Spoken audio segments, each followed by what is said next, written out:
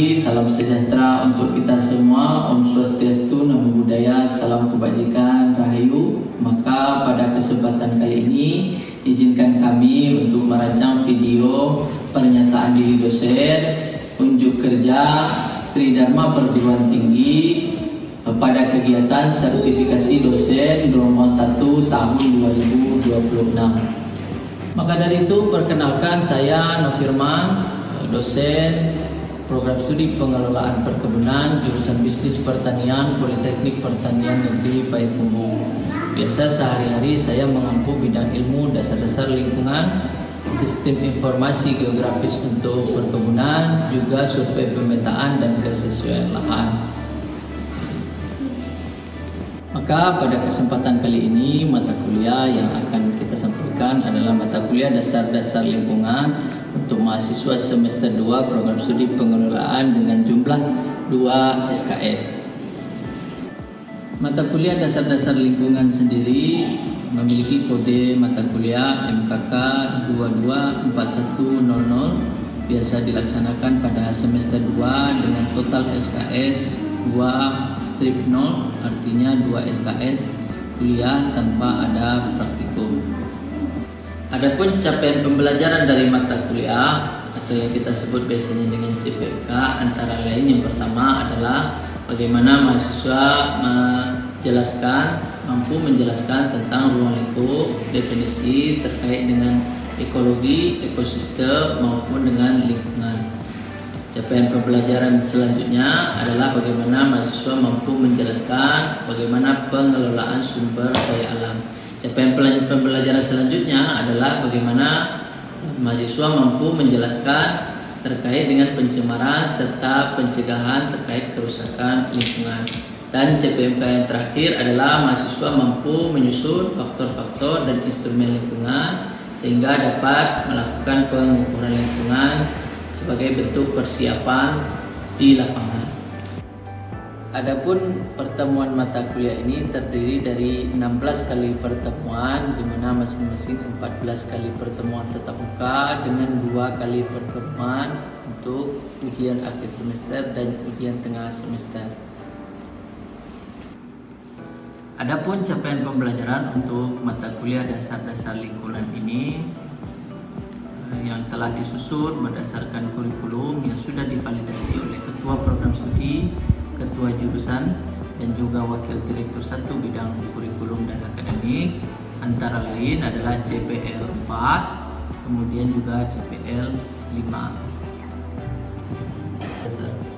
Adapun salah satu luaran dari mata kuliah dasar-dasar lingkungan untuk perkebunan adalah mahasiswa mampu merancang perencanaan bagaimana cara mengambil data melalui form yang telah disediakan untuk mengidentifikasi faktor-faktor yang ada di lingkungan, terdiri dari faktor kimia, fisik, biotik dan abiotik, serta faktor-faktor lainnya.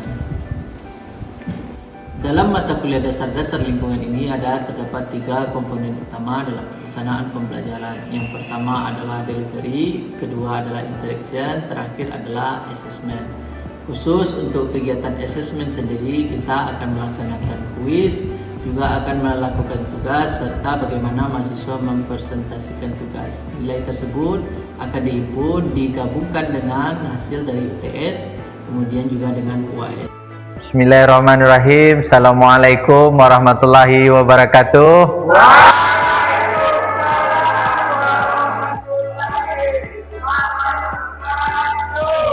Masih semangat sekali ya di pagi hari ini ya.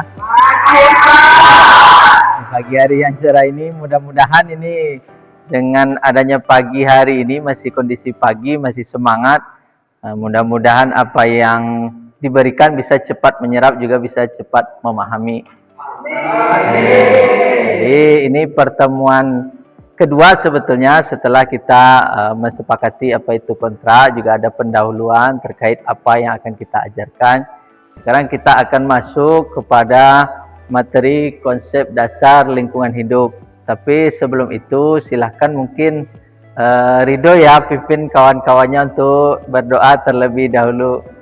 Ya, kepada Ridho dipersilahkan. Kita mulai dari pada pagi hari ini adalah kita berdoa dengan Kalau mata kuliah dasar-dasar lingkungan melihat pemandangan cerah seperti ini, kira-kira masih semangat ya? Ya, harusnya masih semangat. Kira-kira kalau ditanya Mia itu gambar apa? Kelihatannya familiar sekali itu. Harau ya? Ya, harau ya. Nah, jadi ini adalah gambar pemandangan harau. Jadi harau adalah salah satu bentuk lingkungan yang sehari-hari kita amati atau kita perhatikannya. Namun kata-kata lingkungan sebetulnya sudah awam ini, lingkungan hidup. Kalau ditanya kira-kira apa definisi dari lingkungan? Coba menurut Eko kira-kira apa definisi lingkungan? Coba sepengetahuannya saja.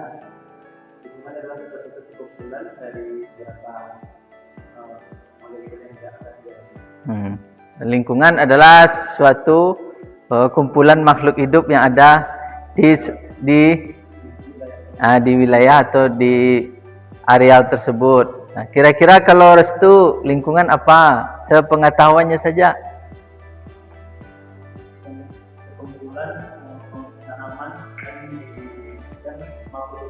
Nah, sekumpulan tanaman dan makhluk hidup. Tapi ini betul-betul bahasa umum yang sebetulnya harus kita pahami konsep dan definisinya.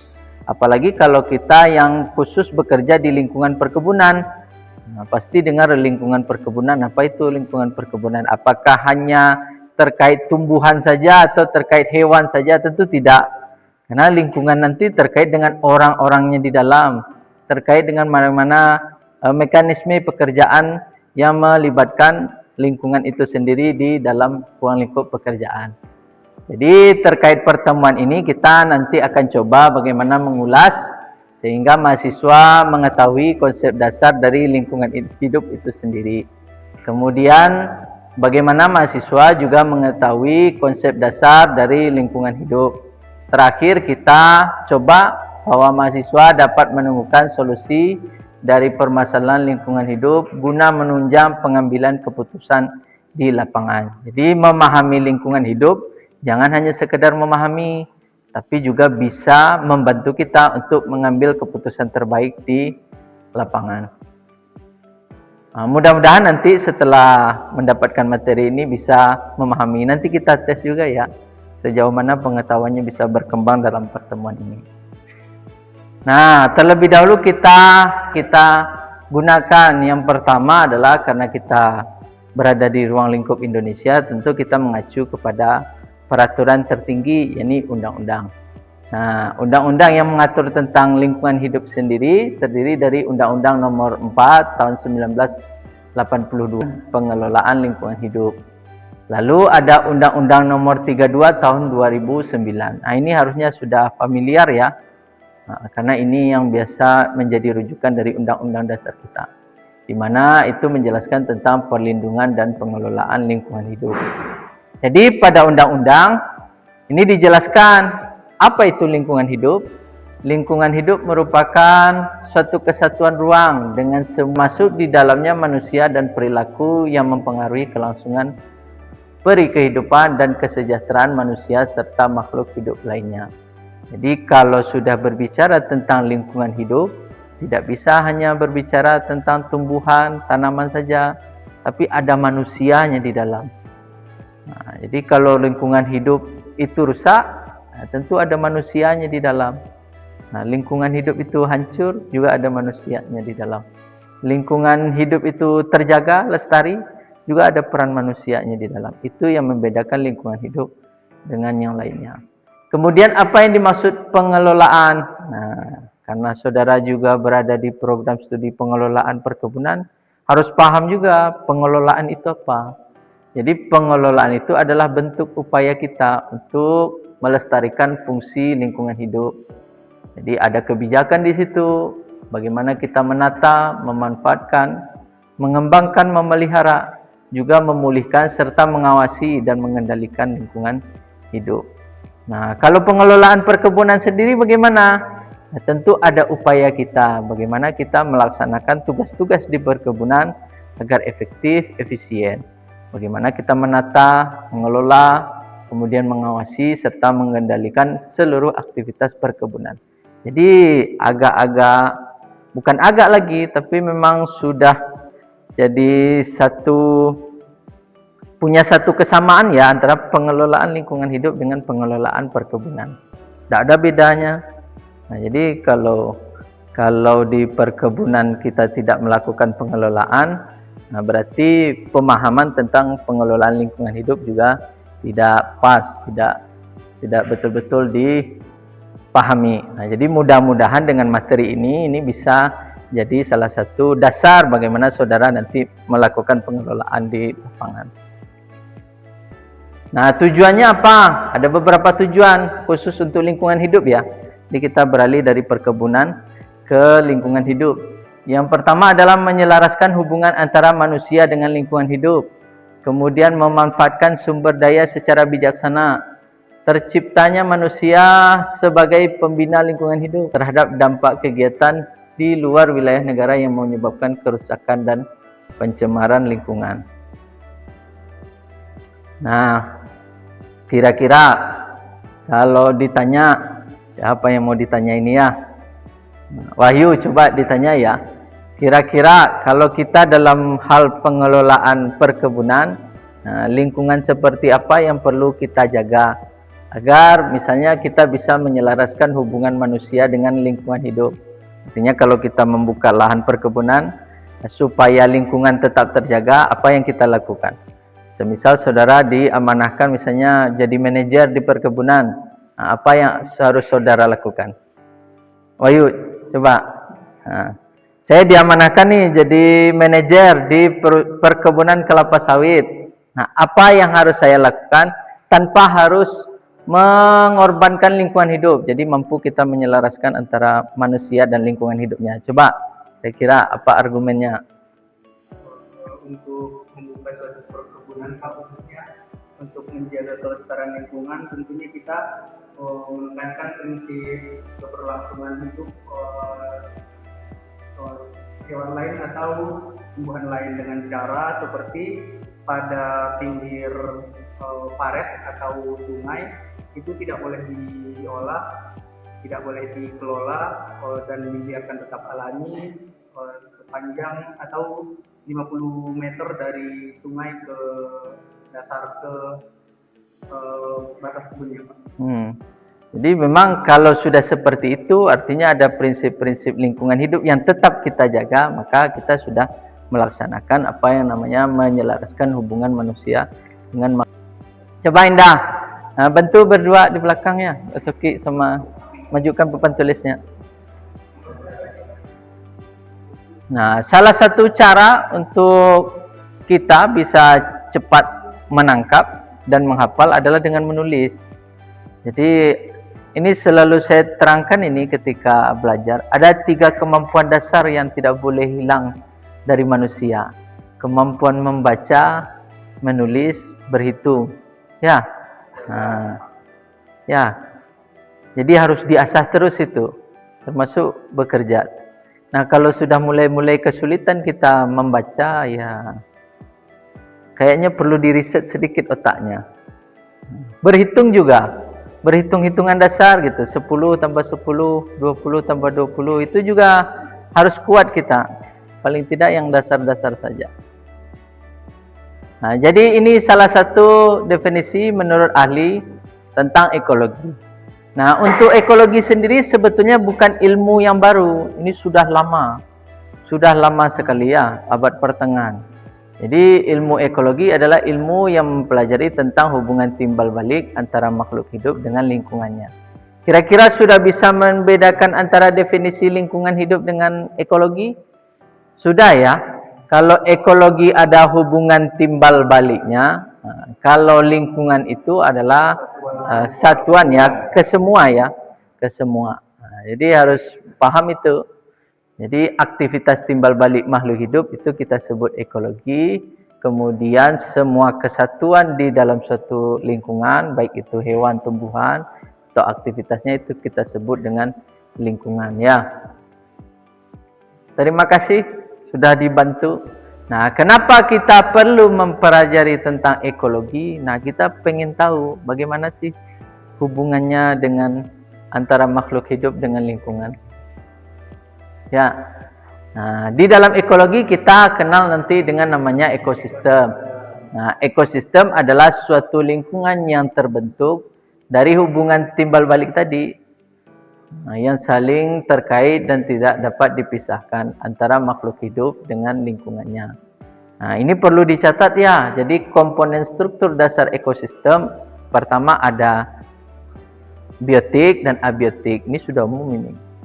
Nah, kira-kira abiotik apa? Abiotik. Yakin? Nah, abiotik itu lebih ke benda mati. Kalau biotik nanti ke makhluk hidup ya. Nah, biotik ini yang nanti membentuk yang kita sebut dengan rantai makanan. Ada yang kita kenal, ini sudah pelajaran SMA ya. SMA, SMP ada produsen, konsumen, kemudian pengurai. Sudah umum sekali ini. Nah, ini komponen dari ekologi itu sendiri. Ada biotik masing pertemuan berikutnya. Nah, kira-kira yang berjalan itu apa gitu kira-kira? Ada yang berjalan? Iya, air ya. Iya, kelihatan ya? Iya. Kalau yang di dalam pot tanaman, iya. Harusnya sudah tahu ya. Iya. Oke. Nah, inilah yang kita sebut dengan konsep ekologi. Nah, kalau kita lingkari, itulah yang kita sebut dengan lingkungan. Nah, tapi kalau ekologi adalah hubungan timbal balik. Kira-kira yang mana? Kalau hubungan timbal balik dari gambar yang menunjukkan hubungan timbal balik di gambar kira-kira apa?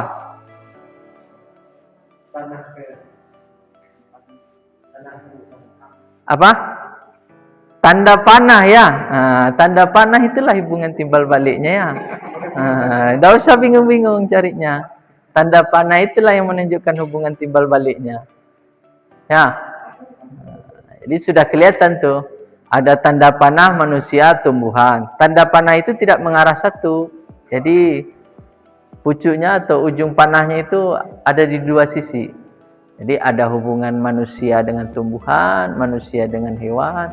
Kemudian ada garis batas yang membatasi garis batas titik-titik itu, putus-putus. Itu yang membatasi antara faktor biotik dan abiotik. Ya. Nah, ditanya lagi. Coba ya. Inisiatif ya, inisiatif. Nah, inisiatif. Silakan.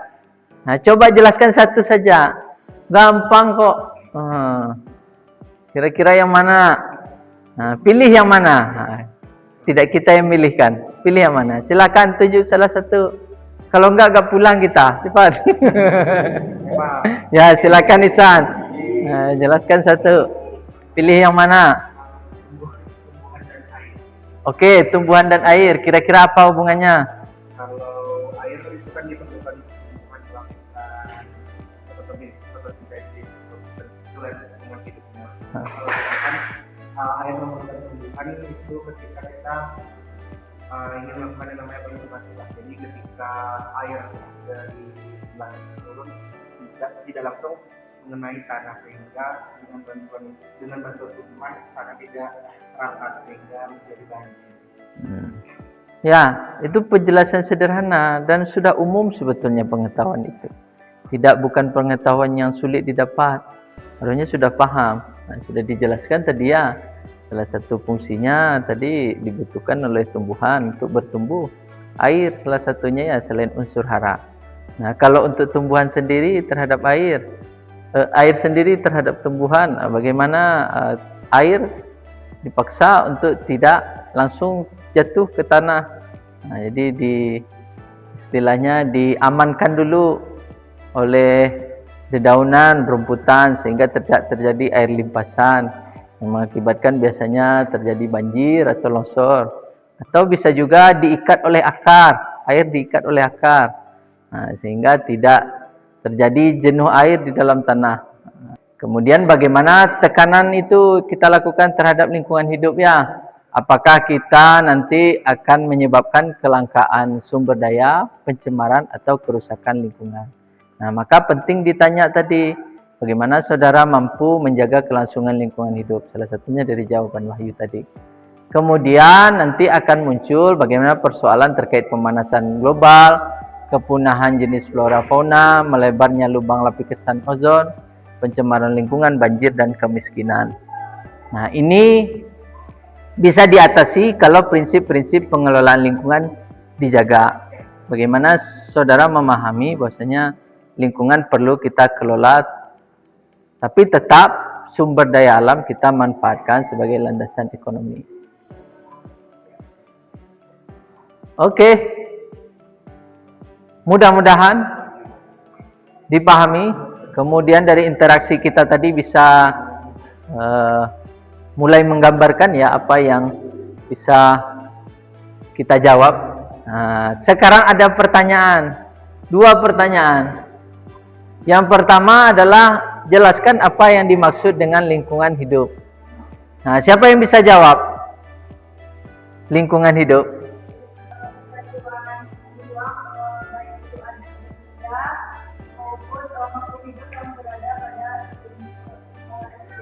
Oke, terima kasih ya. Berarti sudah dapat ya, sudah nangkap bahwa lingkungan hidup adalah satu kesatuan ruang, baik makhluk hidup itu sendiri, daya upaya aktivitasnya, dan segala macam. Kemudian ada 3 atau 2 komponen lingkungan hidup, sudah dijelaskan tadi. Kira-kira apa saja?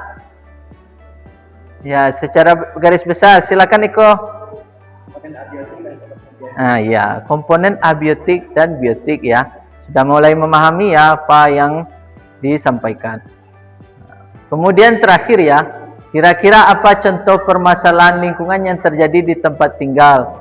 Kemudian jelaskan faktor penyebabnya serta 1 upaya yang dapat dilakukan untuk mengatasinya. Nah, ini jangan dijawab, silakan dilanjutkan kepada tugas evaluasi ya. Nah, untuk pertemuan selanjutnya kita akan bahas lebih detail terkait apa sih lingkungan hidup berdasarkan Undang-Undang Nomor 32 Tahun 2009 serta Undang-Undang 39 Tahun 2014.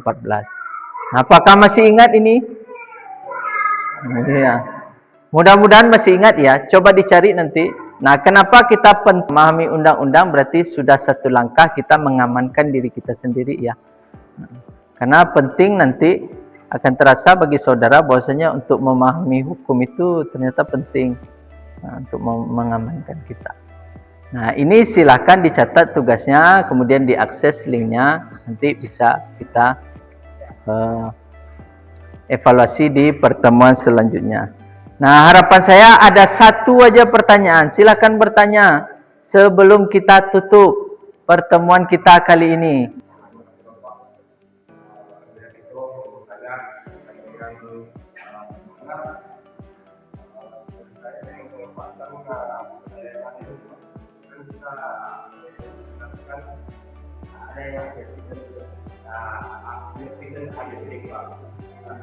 Gimana kita melakukan antara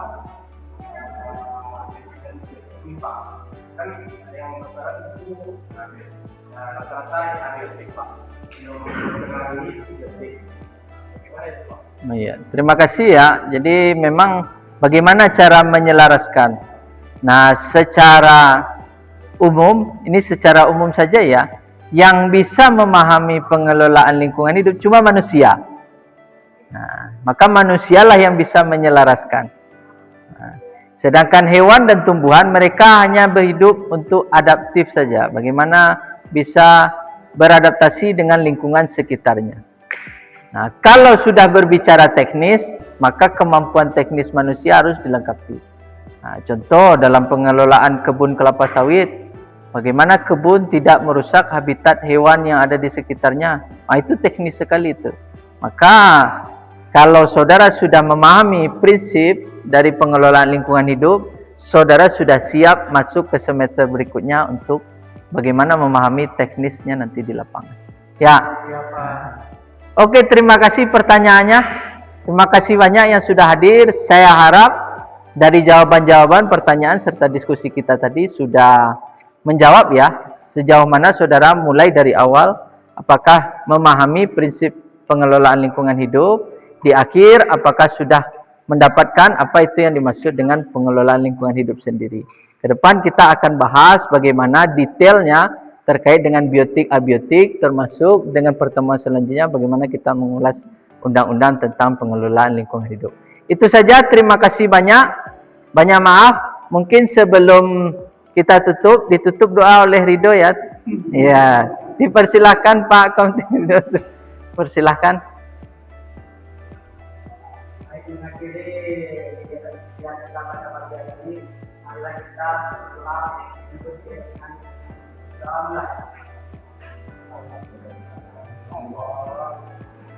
Terima kasih banyak, semoga bisa dipahami. Mudah-mudahan kita lanjut ke pertemuan selanjutnya dengan semangat yang sama. Banyak maaf saya akhiri. Terima kasih. Assalamualaikum warahmatullahi wabarakatuh. Sekian rekaman dari video pembelajaran untuk kebutuhan pernyataan diri dosen unjuk kerja Tridharma Perguruan Tinggi atau yang kita singkat dengan PDD UK TPT pada kegiatan sertifikasi dosen gelombang 1 tahun 2026. Semoga apa yang kita rancang ini bisa dapat bermanfaat serta menjadi rujukan, serta juga dapat menambah pemahaman serta wawasan dosen dalam mengembangkan pembelajaran di ruang kelas. Akhir kata, banyak maaf, saya akhiri. Assalamualaikum warahmatullahi wabarakatuh.